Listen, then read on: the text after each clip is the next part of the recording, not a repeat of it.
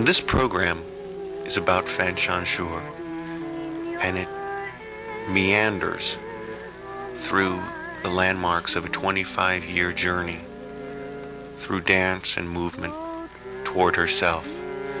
It traces her roots in modern dance. It explores her influences, being born a Jewish woman during the time of the Holocaust and the birth of Israel. The seed of her life was planted in the soil of a family blanketed over with family secrets, and she became a runaway.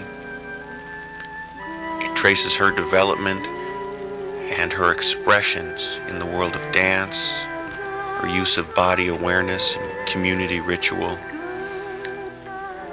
and it finally explores her path to herself and how she's used her technique and her knowledge to lead her to the truth about herself and the world as she sees it now.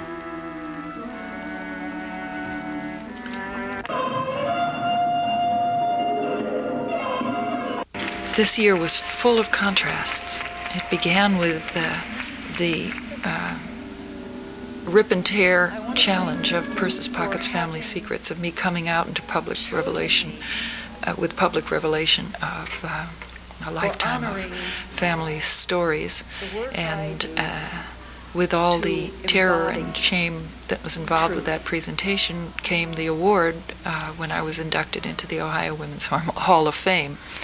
And the two just sat side by side. I didn't even know what to do with them except to know how exciting a time it has been for me. We're created to be inviolate.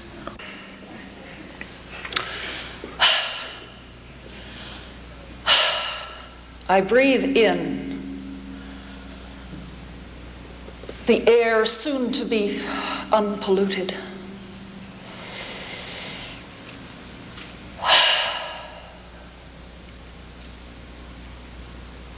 I send it down through my inviolate being to its roots in our Mother Earth. I open myself to the nourishment of all those in my present and around the world life, and gather it in to the very center of my being and focus it as I integrate it with the past, the silenced myths of our ancient women, our silenced goddesses, the silence of my people, my Jewish people, whose voice was almost wiped out in Holocaust. I take the wisdom of the women silenced through history, whose voices we are reclaiming, and the wonderful men standing by us, supporting and being nourished by us and accepting it. And I bring it with me on my way into the future.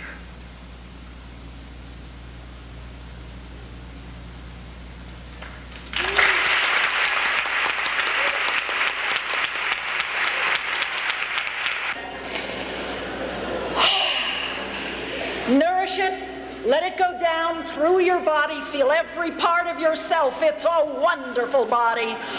Take it down to the earth. Open up to the people to the side of you, right there. Take their hands. Come on, take their hands. Shake them strong. Yes, and resist a little bit. Get a little strength in there. There, that's it. And lift them up with you. Yes, and bring them to your heart as you let them silently go, but feel that space. Take your own hands to your own heart, but bring them in spirit. Yeah.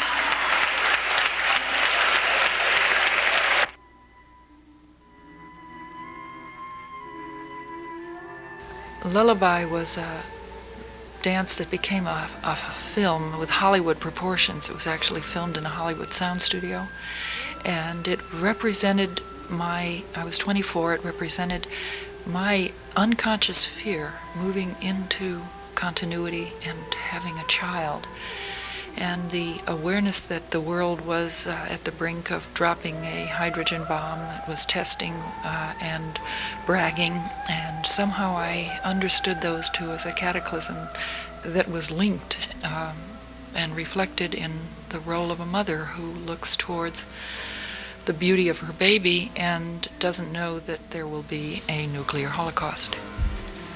And I had no idea when I choreographed this piece, which actually did win a prize in the International Film Festival in San Francisco.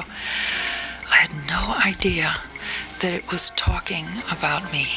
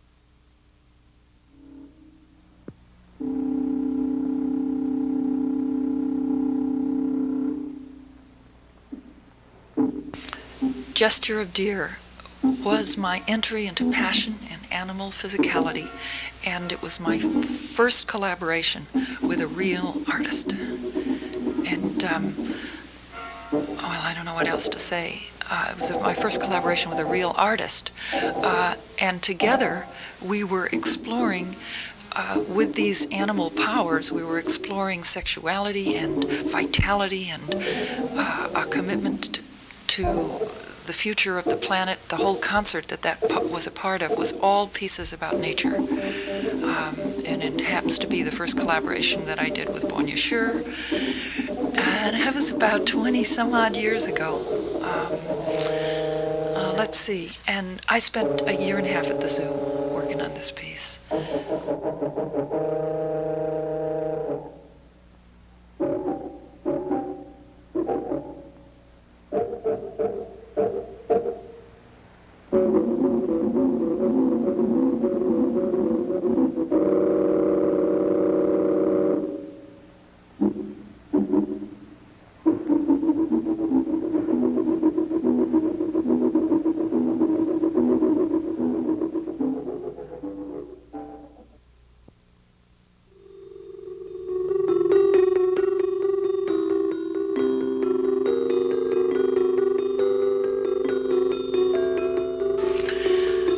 The HALLEL is really called Ritual of Rebirth and Renewal at the New Moon. It is a dance that is meant to precede Bonia's chorale piece called the HALLEL, which he composed for Hebrew Union College students, and it's extremely beautiful choral symphonic piece. And what I wanted to do was to precede it, because the piece honors and is sung at the time of the new moon, but there's no reference in Jewish tradition to the fact that the new moon was a women's festival and that it was the time of women's menstrual cycles. And so I decided to precede the performance of this piece with this incantation and meditation to the cycles of the moon and birth and rebirth. And as I leave the performing arena with my body, Bonia enters that same place with his conducting presence. And so male and female symbols are balanced in the piece. And where were you at this time in your life? Where was I? I was having a great deal of faith that Hebrew Union College was going to be a leading force in opening out Jewish symbols, rituals, and ceremonies. And so I produced this piece with the hope that the Jewish community would just take it and fly with it. I was not correct in my analysis of what was happening, but I was correct that it was opening me up to realizing that there were hidden parts of myself that had never been sacralized or made sacred.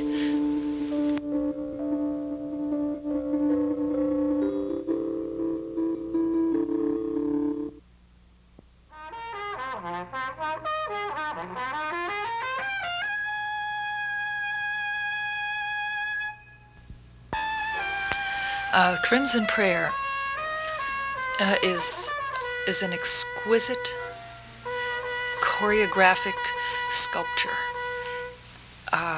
It was choreographed on an 8-foot scaffolding, which challenged all three of the dancers in the piece tremendously. And I choreographed it thinking that I was speaking for the apathy of the world at the time of the Holocaust, and that as this flaming red figure of freedom and fire, that as I reached out into the world, I was not being heard. I was not a voice. I had no listeners. And I saw this as the apathy of the world. But now I realize that it was I knew that place so well. I didn't know why I knew it so well. And now I realize that it was me, reaching out into the void of my childhood, trying to find an answer, a voice, a hearing, someone who said, yes, I feel your aloneness, yes, I feel your abandonment. And since there was nobody there, I blamed myself. And the only way that I could creatively express it was to have a work about the world's apathy.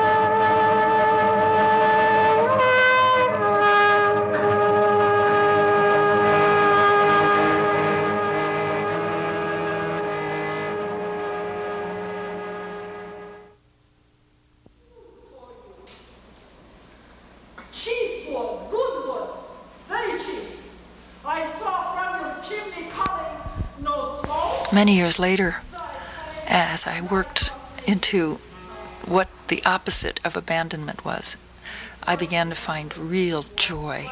And this piece is a dance with the love and the care and the hearing of God, whoever, whatever that may be in the moment. It's the being talked to and having the voice hear you and run through your body. How'd that make you feel? Alive, thick, present.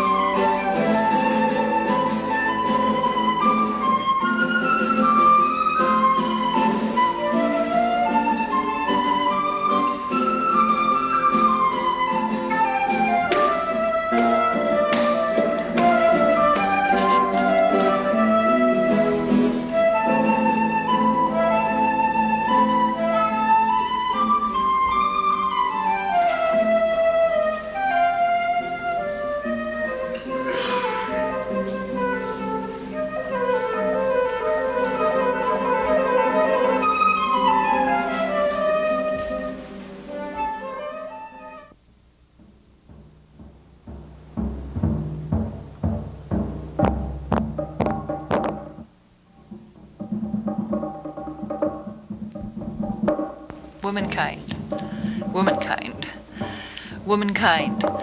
Instead of mankind, I figured out that was about 16 years ago. I choreographed this piece for the dance company, Dance Theater Seattle, which I left to come to Cincinnati. And I gave them this piece as a gift. It's a 5-movement piece, and very powerful, purely classic modern dance style. Theme, variation, motif, development, all of that stuff. Exquisite dancers done in Seattle. And I redid it. You're seeing the version I did here.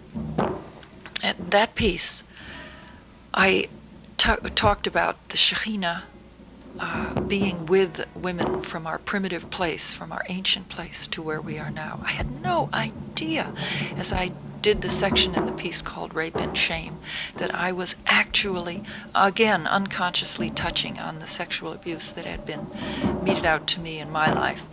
I had no idea when I was working on the impotence of women in the face of their own powerlessness, in the third section called White Gloves, the survival game, that I was actually talking about my own personal life and learning impotence and viciousness and bitterness from my own mother's powerlessness. I had no idea what I was actually choreographing, but the power and the intensity of the primal section called Dominion, where women would kill for their cubs when women were like their animal counterparts, authentic in their power. And then in the end of the piece, when the Shechinah, the section, the Shechinah's with you, when they take the cloths and wrappings that had been their silencers and their shame and use them as umbilical cords to be born through. I had no idea that I was preceding Purses, Pockets, and Family Secrets by 16 years.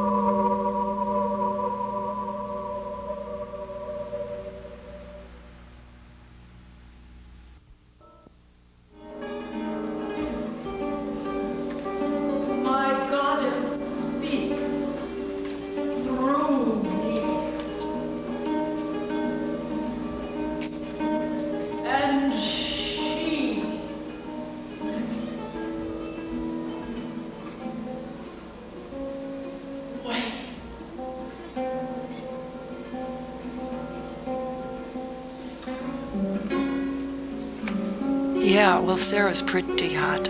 Sarah, by the time we get to Sarah, some of the cards are already on the table. Sarah's about a woman who actually watches her husband take her son and do what he does to try to destroy the son, being commanded by some unconscious power called the will of God or the voice of God. And Sarah is a representative of the part of me that finally was saying, no, I won't do this anymore to my children. No, I won't let you, my husband, do this to our children. No, I won't. I will speak loudly that the world not do this to the world's children and send them off to war. So the piece was very personal because my beloved husband did the chanting, the music, and the sound with me, and it's a piece that has to be done together. It's a dance that actually is totally improvised and totally structured at the same time. And if our relationships, husband to wife, man to woman, are not at least whole and honest, the piece cannot be performed.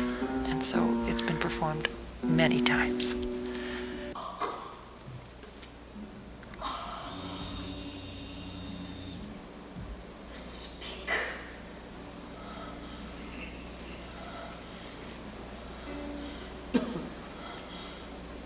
המלאך של אלוהים היא אישה. The angel of God is a woman, nurturing, living future. Stop!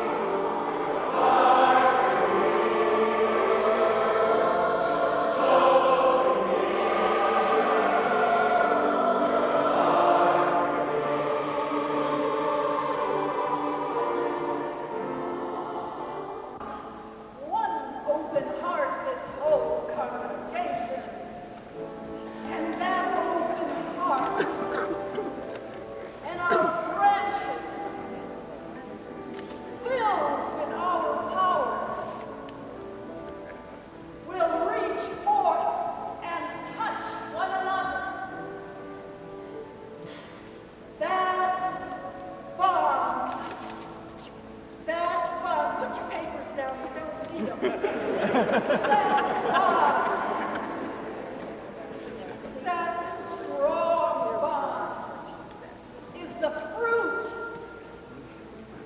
that will nourish us and our governor and our state and our planet. And it's slow our beginning to bond. And we're alive as we pray. And we are here standing.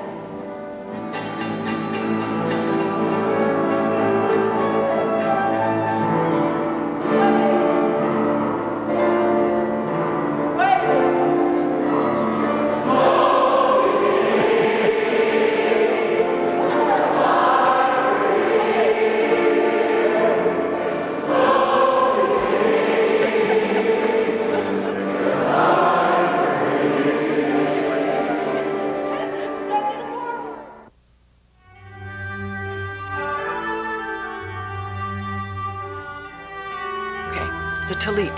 I started it 23 years ago in a Jewish arts camp, and it was nothing but a piece of muslin that didn't stretch with a bunch of holes in it, and I projected slides of dancers' faces and hearts and small parts on it so they could be seen in prayer.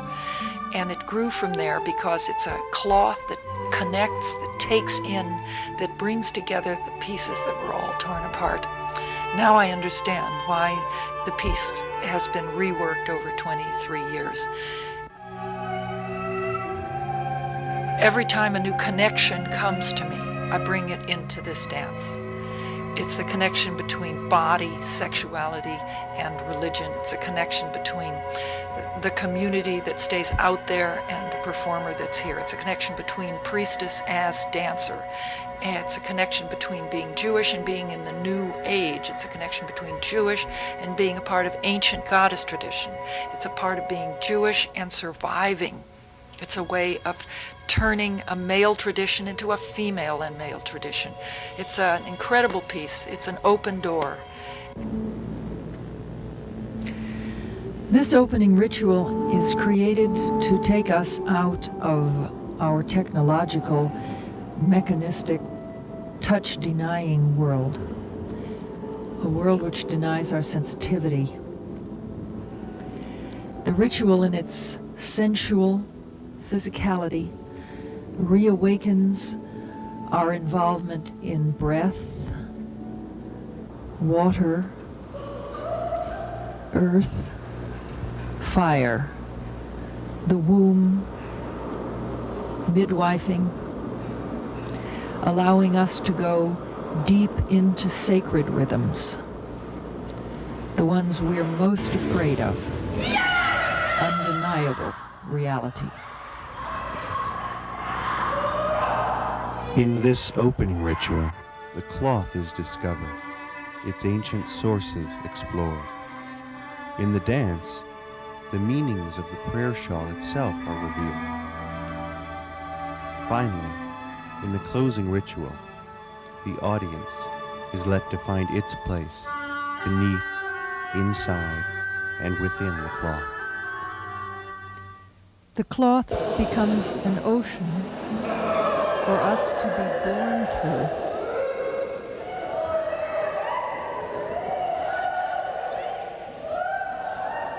It becomes a wedding canopy, lifted 10 feet over our heads, for us to marry all to each other beneath it, vowing to steward our planet from generation to generation. It becomes a tree of life, around which we merge, and it becomes a living Torah, into which we fold our deepest yearnings and our highest imaginings. And it gave me the courage to do Purses and Pockets and Family Secrets.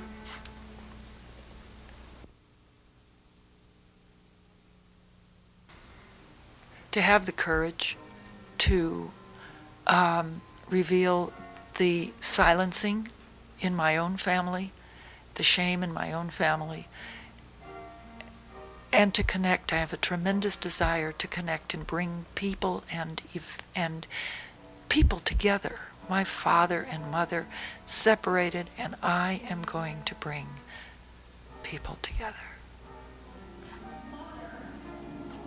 Being born In her own physical emergency, I first drew breath.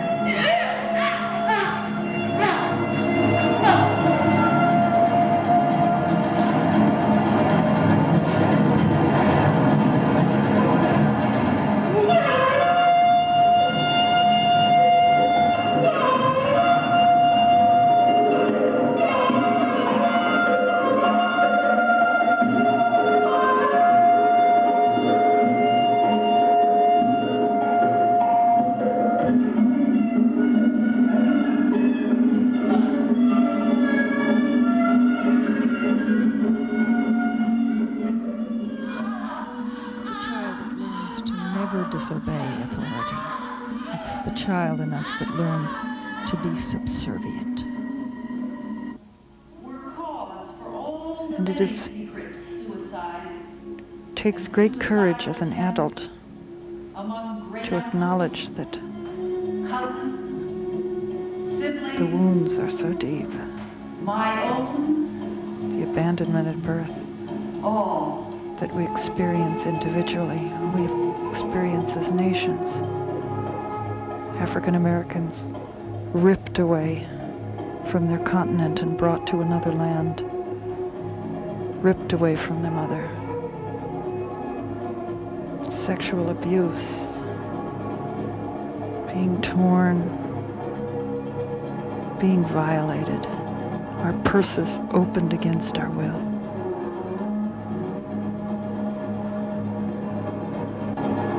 Self-hatred, suicide, planetary annihilation.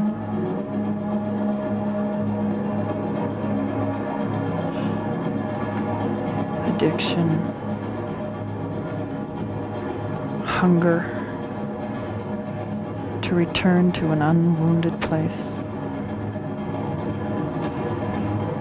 Religious systems that perpetuate the wounds by not grieving, the old images that create power over us.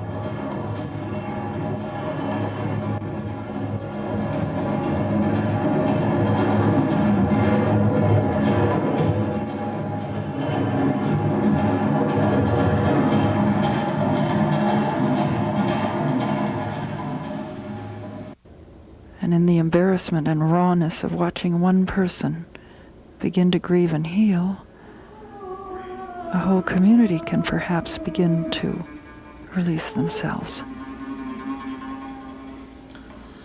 And those wrappings or bonds that were our concealments, as we unwind them and connect them to one another in acknowledgement that they are also the bonds that have tied us, and also the bonds that, if we could share our secrets, might make us feel connected.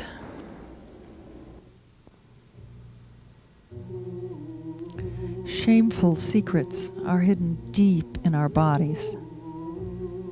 They inhibit ecstasy in our families and communities and in ourselves.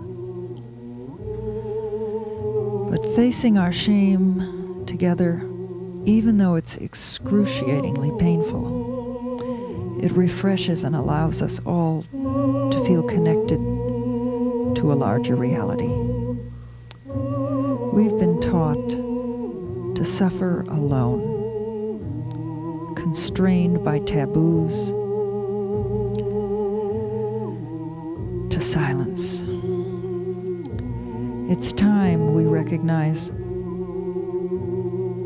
that it is our shame that keeps us from being nourished as nations, as earthlings, as ethnic groupings, as religions, as taxpayers, as parents, as addicts, as family.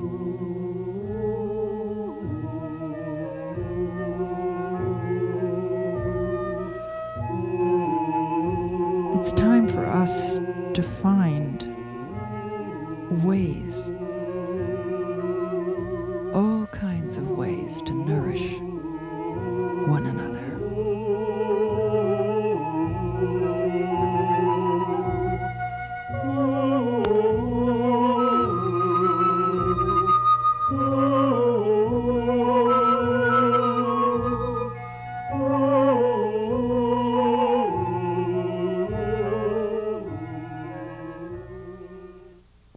Come on.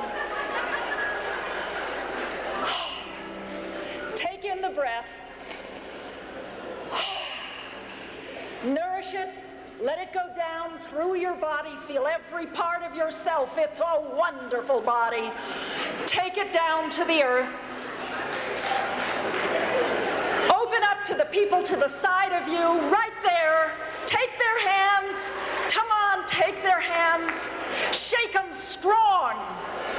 Yes, and resist a little bit. Get a little strength in there. There, that's it. And lift them up with you.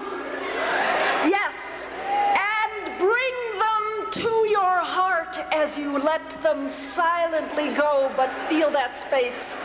Take your own hands to your own heart, but bring them in spirit. Yeah.